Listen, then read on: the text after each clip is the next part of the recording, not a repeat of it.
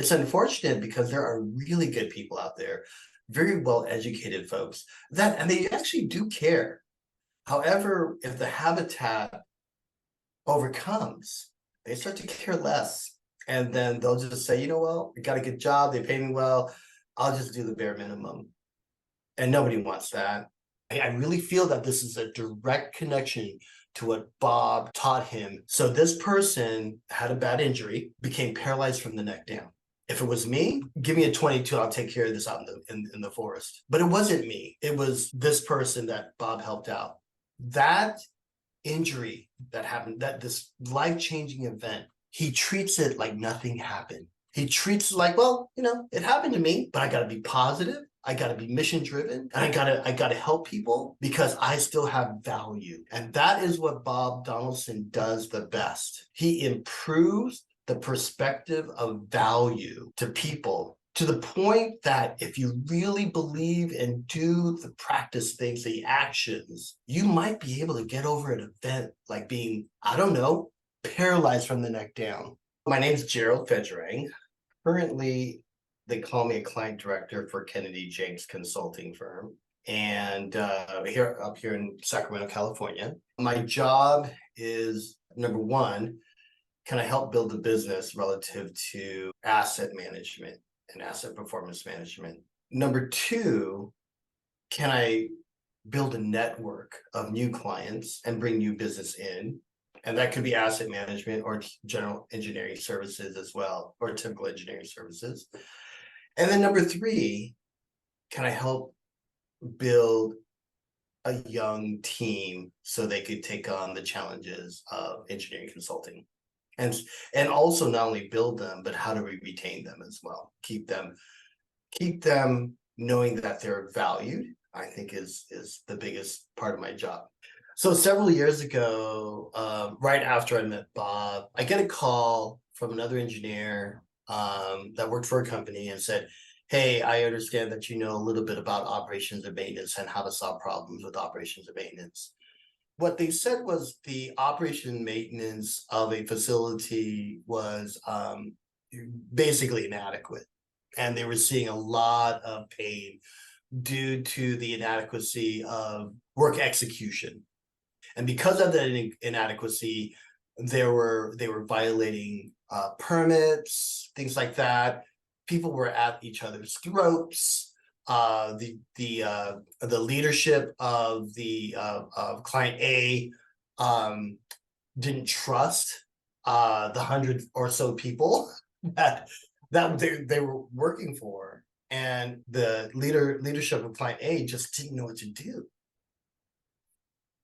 And I basically said, well, I can help you with the physical aspects of the system. That is your pumps, your motors, your valves, your pipes.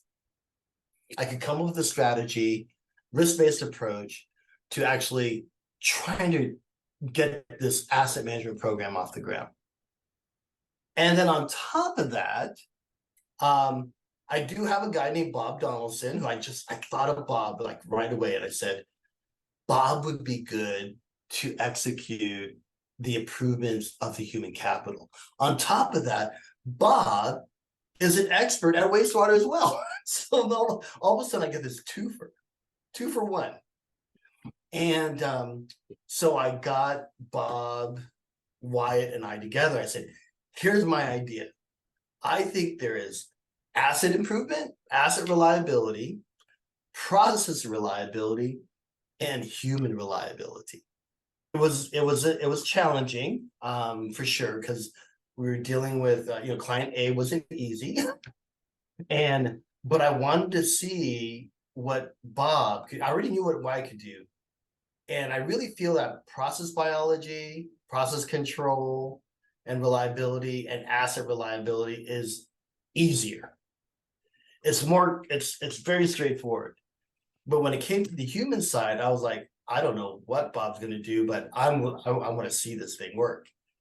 So then, so Bob started doing his thing, and Bob, basically interviews the 80 or so people that made up the organization, Client A, client A's organization.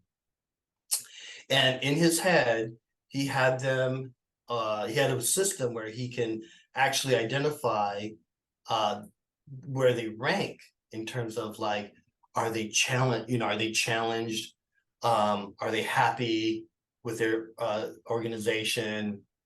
Is there a way we can help them? So Bob, basically, like I do with equipment, I kind of figure out, hey, what are the where are the issues that I have to focus on, and then where are the issues that I don't have to focus on, and so Bob has a way of doing that, and he does it very delicately too. And then when I saw when he shared the results of it, I was blown away by it. I was just going, oh my God, that's amazing. So the first thing on how Bob makes things better is that he does this very delicate, sensitive, collaborative assessment of the human asset without a threatening manner.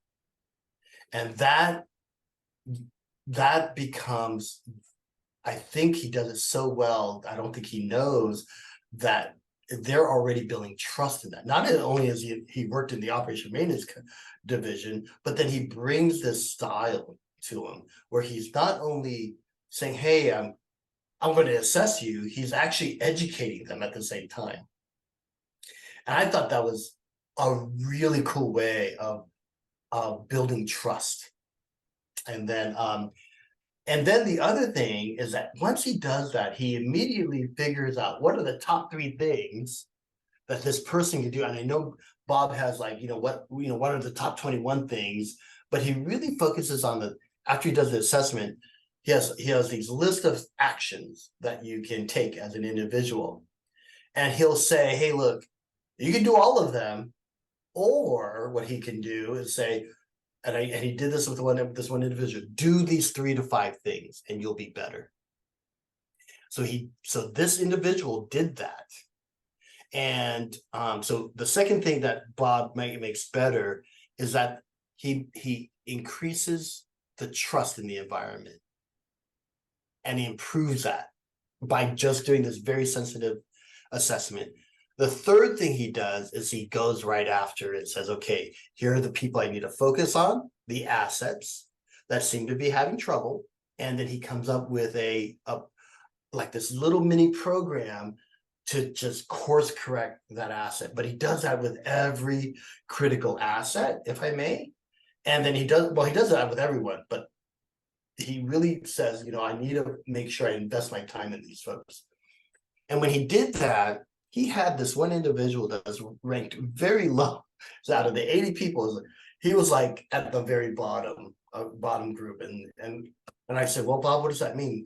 Well, Bob said, well, the likelihood of that person meeting expectations is somewhat unlikely. However, if we do these things, we might be able to turn the corner. And he did that. And I would check in with this person. Bob didn't know this, but I was checking in that person. Are you doing the homework? Are you doing the actions that Bob is, talking? Are you going to his seminar or video calls? Yes, I am, Gerald. And this person stuck with it. So this person today that I'm talking about is now retired from client A. I hired this person, and all my clients love him because he not only took what Bob showed him, but he practiced it early on, and he continues to bring that forward. Now, this person, I